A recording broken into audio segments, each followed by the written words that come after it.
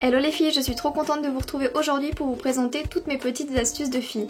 Donc on commence tout de suite pour éviter de faire des taches de mascara sur la paupière, c'est vraiment chiant. Donc j'avais reçu ce mascara gratuitement, c'est un Givenchy si vous demandez, et il suffit juste de mettre une carte de fidélité ou un papier au-dessus de la paupière pour éviter de faire des taches.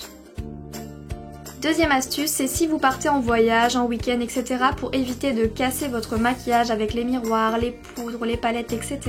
C'est vraiment une super astuce, donc vous avez juste à prendre un coton, voilà un petit coton à démaquiller que vous allez insérer sur la poudre entre le miroir et la poudre tout simplement. Et ça va combler le vide qu'il y a à l'intérieur en fait du produit, ça va protéger et la poudre et le miroir et c'est vraiment très solide. Je vous montre un deuxième exemple parce que par exemple cette poudre là de Too Faced elle est un petit peu plus creusée, donc là faites attention, mettez plus de coton parce qu'il faut vraiment combler le vide qu'il y a à l'intérieur en fait pour éviter que s'il y a un choc et que ça casse, etc. Pareil pour nos merveilleuses petites palettes, donc voilà vous en rajoutez vraiment partout sur les fards à paupières. Vous allez voir aussi qu'à la fin je vais en rajouter un au milieu pour vraiment combler le vide, pour éviter que s'il y a un choc ça ne casse. Je vous montre cette astuce parce que quand je suis allée à Londres la dernière fois avec mon chéri, j'ai cassé ma chocolate bar.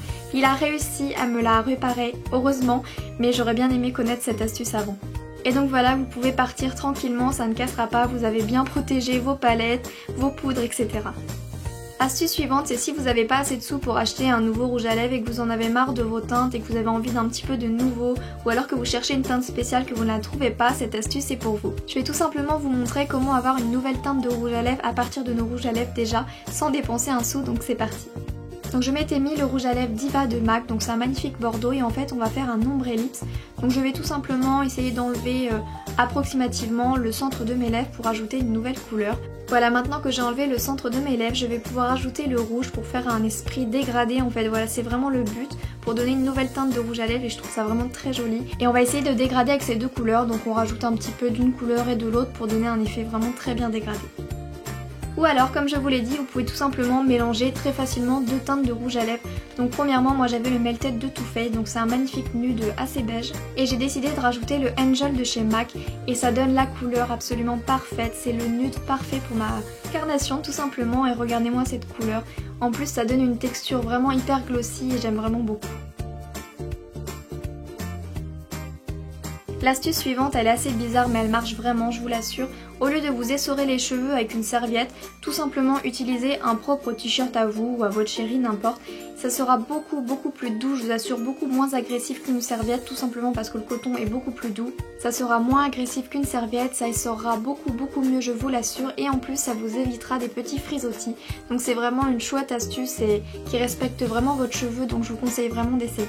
Ensuite cette astuce m'a vraiment sauvée parce que l'autre jour j'ai fait un trait malheureusement de stylo bic sur mon sac en cuir et ça ne partait pas, au démaquillant, à l'eau, au liquide vaisselle ça ne partait pas, donc là je vais vous montrer comment faire pour que ça parte.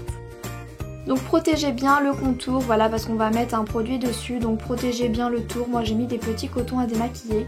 Et tout simplement il faudra juste une laque, donc vous avez juste à en asperger sur la tâche et vous pouvez voir déjà que le rendu est juste fou. Vous laissez agir, vous essuyez un petit peu, vous en remettez, vous relaissez agir selon l'intensité de votre trace et vous allez voir que ça va complètement disparaître. Et vous allez voir que plus le temps va passer, plus la tâche va complètement disparaître, c'est juste fou. Moi la première fois que j'avais fait une tâche, j'avais fait vraiment un gros coup de crayon, enfin un gros coup de stylo bic. Et je l'avais fait peut-être 3 à 4 fois et c'était complètement disparu. Je vous conseille vraiment d'essayer si vous avez ce genre de soucis parce que vraiment ça marche vraiment à 100%.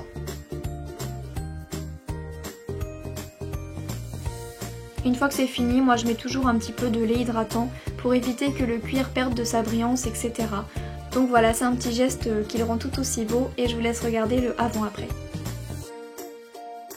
Et puis dernière astuce, voilà, que ce soit le matin ou le soir, vous vous rendez compte que vous avez un gros bouton qui est en train de pousser, voilà, qui a du mal à pousser, etc. Vous vous demandez ce que vous pouvez faire parce que vous n'avez pas grand matériel. Eh bien vous attrapez votre dentifrice et vous allez tout simplement en appliquer sur le bouton.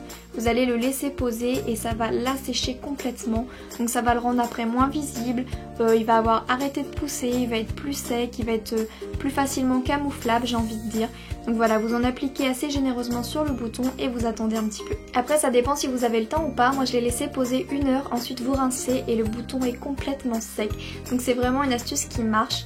Et donc voilà, la vidéo est maintenant terminée, j'espère vraiment de tout mon cœur qu'elle vous aura plu.